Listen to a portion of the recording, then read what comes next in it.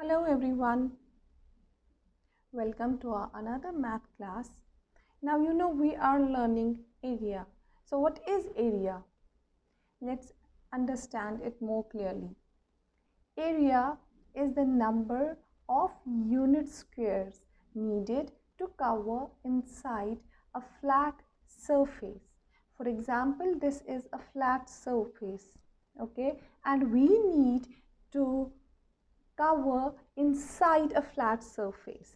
If we use a cube, something like this, or a cube that you can see in my hand, if we use this unit square to cover the flat surface of a shape, that will be wrong. That means we will not be using this shape. This will be wrong. Instead, we are using a flat surface unit, something like this. Okay, so a flat surface unit. So this is a unit square. Unit square is a square with a side length of 1 unit. So in this unit square, the side is 1 unit. Okay, each side is 1 unit. So what we are doing here is we are using square to find the area. Now let's find area of this square. Here you can see there are 1, 2, 3 unit squares, right? Unit square, and in this side 1, 2, 3, so 3 unit square. So if we say area is 3 multiplied by 3, that is 6. So here area is length multiplied by breadth or multiplied by width. So area is length multiplied by width. Now what is our length? That is 3, and breadth, that is 3. When we multiply them, we get 3 times 3 is 9. So our answer is 9 square units. We also write U square, that is unit square. So our answer is 9 square units. Now here let's find, this part is little tricky. Why? There are so many square units. Okay, so what we are going to do is we will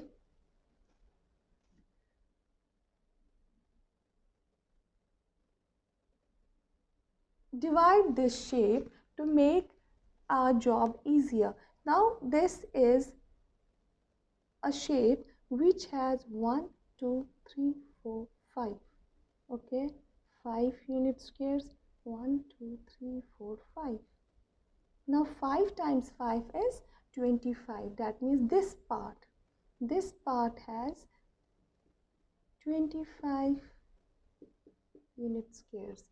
So we write 25 somewhere here.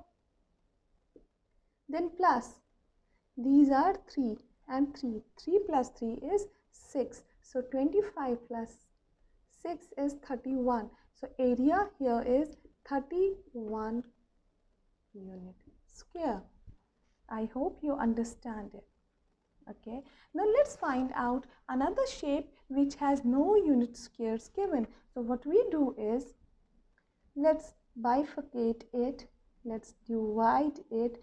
Now there are, you can see 1, 2, I mean spaces. So 1 and 2. So there are, so we can divide it into 2 columns. Then 1. So we get 1, 2, 3, 4. So here we have 4. Now let's see how many are here. That means 1, 2, 3. 1. So 1, 2, 3.